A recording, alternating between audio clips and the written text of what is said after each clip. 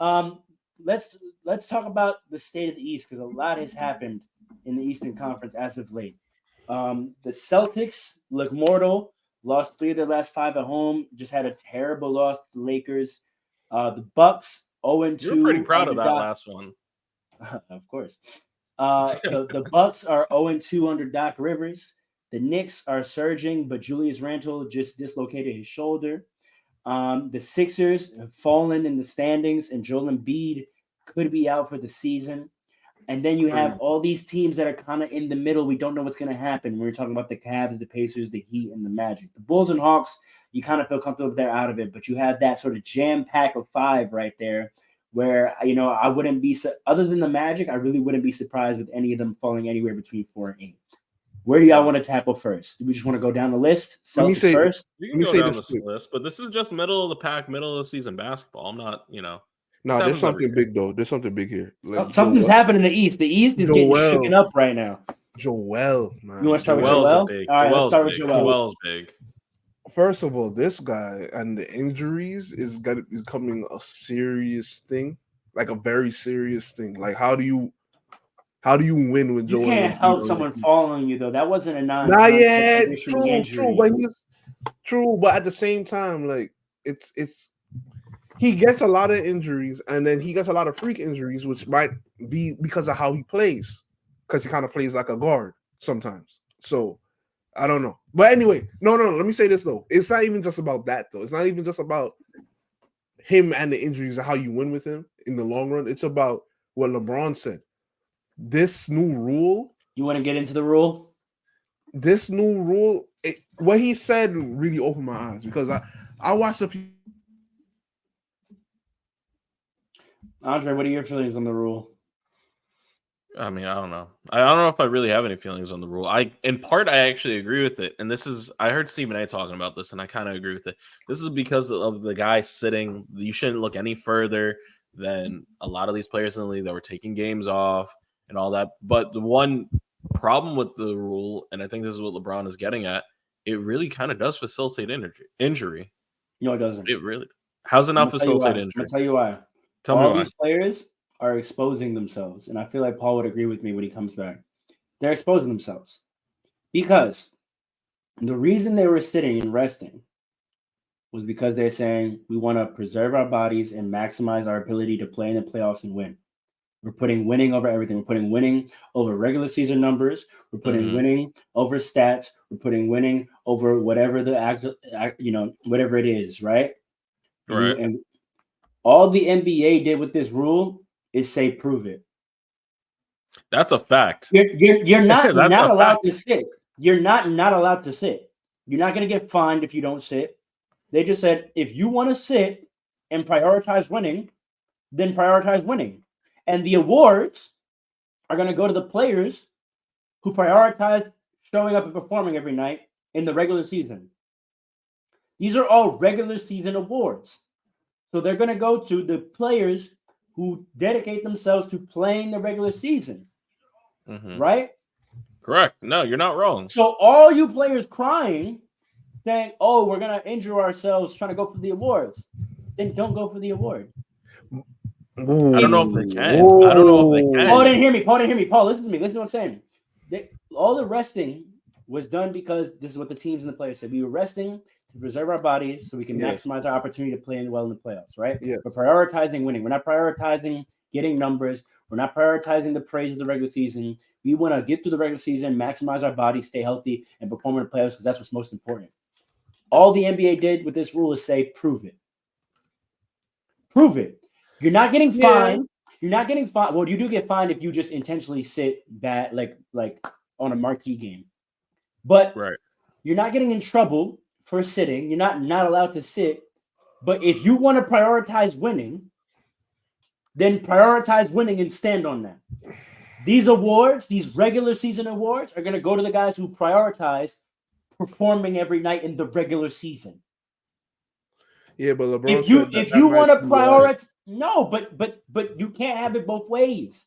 If you want to prioritize the awards, then prioritize the awards and play. Don't tell me you sit in to prioritize winning, but then still want to be allowed to win the award. What's the priority? If you really don't care about the awards, like y'all say when y'all win these awards, it's not really when they ask you about whether you want to win an award. Nah, that's not really what's important. What's most important is winning. Wait, Then don't cry about it. Then don't cry about it. Don't they get fined? They get fined when they sit without a real injury. What LeBron said was players are playing through injury to win the award. That is on you. If you're hurt, prioritize winning and rest up. But if you're hurt and you have a championship contender team, why are you thinking about a regular season award? Okay, but to your point about branding, it's both. It's both. It's the brand. Yeah. So then that's the game. Then if you know you're hurt, but you really want to win an award, then you have to do what you have to do. No. But hold on. But talking about your point about branding, shouldn't the NBA appreciate players that actually show up in the regular season and ball out, and go hard? Yes. So why? Okay. You gotta play. You gotta play, but at the same time, you're penalizing players because if they don't play 65 games, they don't get certain awards. Yes, because they didn't play. They didn't show up every night. I don't disagree with the rule. I think it's mostly fair. I'm not gonna lie. I think the players are mad that their lie can't be hid anymore. And they want sympathy. They want sympathy for what they've been dishonest about. They're saying I know there's old heads like old NBA players that their minds are exploding because the players are saying you got guys potentially playing through injury, try to win the award, and that's not right. Yeah. If you get hurt, you got hurt. So sit down. But if you want the award, then yeah, you gotta play. We're gonna just save the award. We're gonna save the award for you just because you got hurt. Okay, facts. Over guys that are playing every day. Facts. So how do you feel about the number? What kind of sense does that make? How do you feel about the number? 65 games. 65 is not bad. I think 65 is fair. I mean, so if somebody plays 60 games, or 57 games, they played. There's no number that everyone in the world is gonna be like, oh yeah, that makes sense. Agreed. True. I mean, what's 2/3 of 82? What's 2/3 of 82? 2/3 of 82. All right. I think it's 57. 8 divided by 3. But that's not how you should do 82 divided by 3. Hold on. I'm doing the long division in my head. Long division in your head? That's funny. It's around 27. That's on my end. Times 27. 55. So it's 57 games. It's like 55, I think. All right. So what's 65 over 82? 65. Yeah, I can't do it. It's roughly 70%. So we're saying playing 70% of the season is too high a standard? No, I'm not. I don't think it's a too high standard at all, actually. I really don't. I think this is overall a fair rule. The only point I was saying is we might see a facilitation. It's 79. It's about 80%. Yeah, I'm 80%, sorry. okay. For us to give you an award for the regular season and to brand you and to say you were one of the top performers. Plus, you get 17 games in an era. In a year, you had to have played most of the year. 66% of the year is not enough to say you were the best person at something all year. That's correct. No, you're not wrong. 80% of games. That's not bad. That's what I'm saying. The only thing I think it's going to happen, and here's the thing, I don't know if it actually is going to happen. I really don't know because you look at Kobe played through injury. But here's the thing, and this is as a Kobe fan, I don't know how you feel about this, but Kobe played through injury, and it almost always ended up biting him in the ass at the end of the playoffs or near the end of the playoffs. Because at one point, his body couldn't take it anymore. He had to get knee surgery every single year. Yeah, but that's why he made 20 All-Star games and 15 All-NBA teams. Because he showed up every night to play basketball and prioritize performing. He prioritized every arena he went into. He prioritized the fan there that couldn't afford that ticket. Correct. That was their one chance to and that's the correct way to play. And that's why he got max contracts. And that's why he got NBA accolades. And that's why he has legacy. And he probably should have got more regular season awards. But he got most of them because he showed up every game in the regular season. What Draymond and LeBron are admitting when they say guys are out here risking further injury to get awards, think about what you're saying. That means you're saying the only thing that would motivate y'all to play through injury is the potential to win an award. Like y'all are saying that out loud. Season, yeah. I don't think they're realizing that they're saying that out loud. But they're saying that for the regular season, though. Yeah, it's a fact. Not for the playoffs. Exactly. Which is why I see both sides. At first, I was like, okay, yeah, this is a great rule, this and that. Like these play. The fact that we have to have this conversation is really the shameful part of it. Like, we shouldn't have to have a conversation about players playing. No, we shouldn't. We should. You know what I mean? When perfectly healthy, that should never be a thing. No, that should really. I want to keep it on what they're mad about, because to be fair, they're not mad about players sitting there healthy. They're saying because of the rule, players that are injured that would their argument, it seems, would otherwise sit and not have to worry about their injury preventing them from winning an award are now going to try to play through that injury to win the award. And they think that's supposed to garner sympathy from us. But the rule exists because players are sitting when perfectly healthy. Right. So that's what I'm saying. The rule wasn't even invented for the players that y'all are trying to advocate on behalf of. Like, that's always been the case. If you miss most of the year to injury, you're not going to win an award. So the fact that players, when they get hurt, are thinking about that, why are you thinking about that? It was never a strict rule, but it was always the case that if you got hurt, you probably couldn't win an award, right? Joel Embiid arguably lost the MVP 2 years ago to Jokic because he didn't play enough games. There wasn't a hardline rule about it, but many people would argue that that's why, right? But he sat down because he wasn't thinking about it. That's a fact. So I don't like the players saying, "Oh, these guys are risking injury when they wouldn't have, and they're doing it because they want to make sure they win."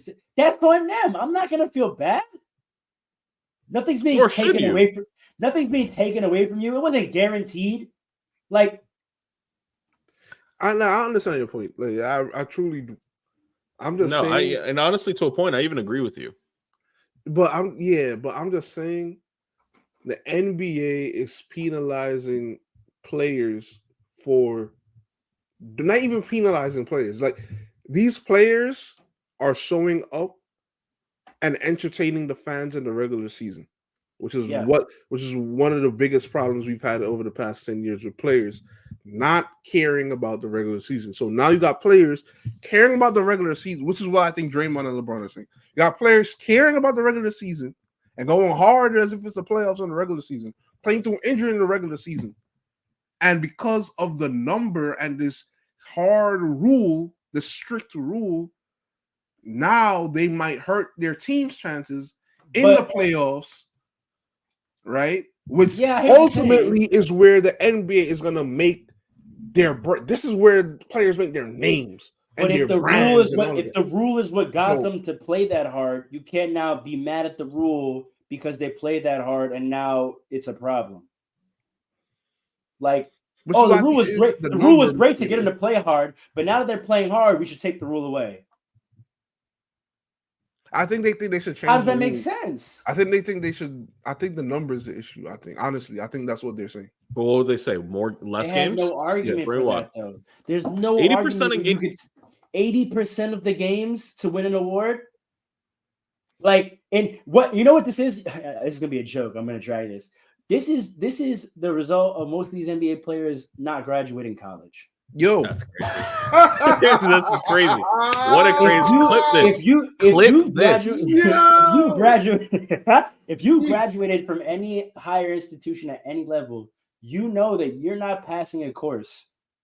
You got to show up for classes. If you've attended less than 80% of classes or turned in less than 80% of your assignments, you cannot go to 2/3 of your classes or submit 66% of your work or score a 60 or average a 66% grade and graduate unless you're a D1 athlete. Man.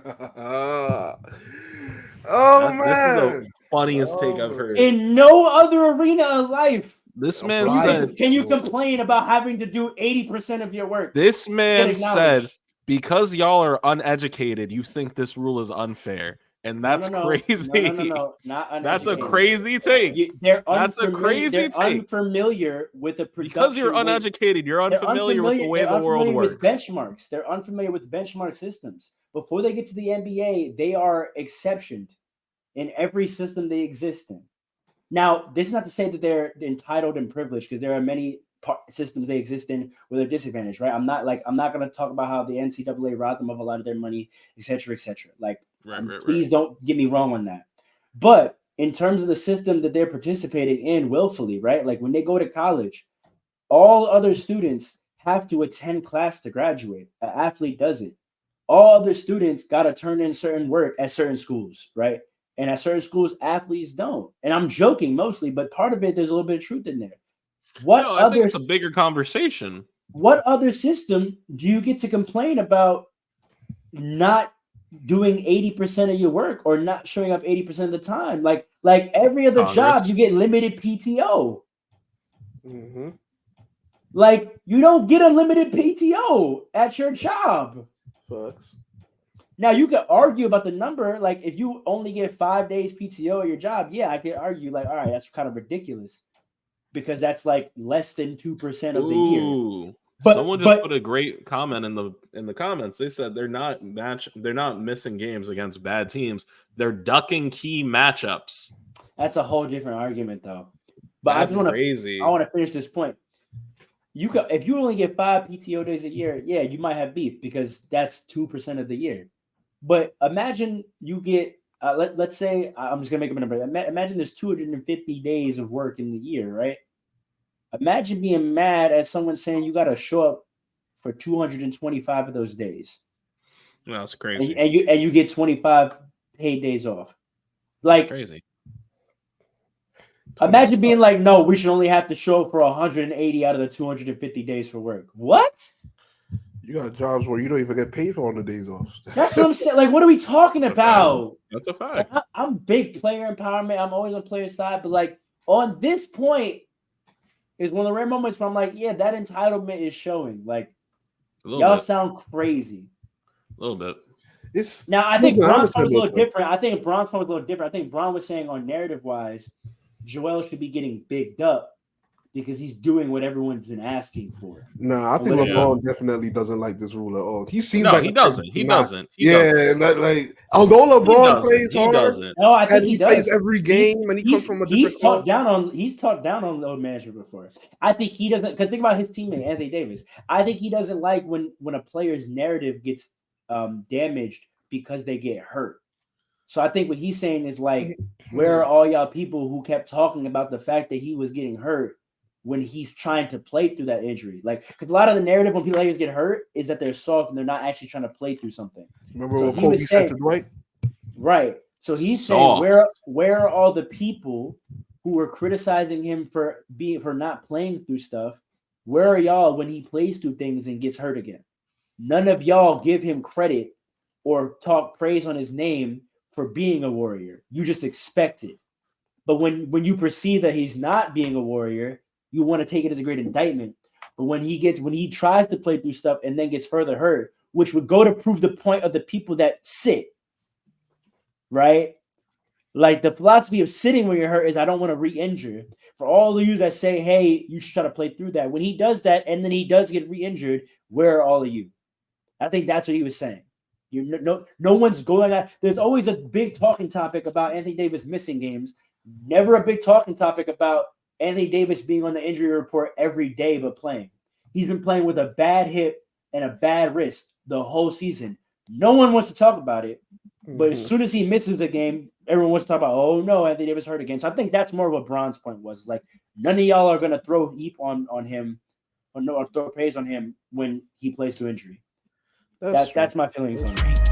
It's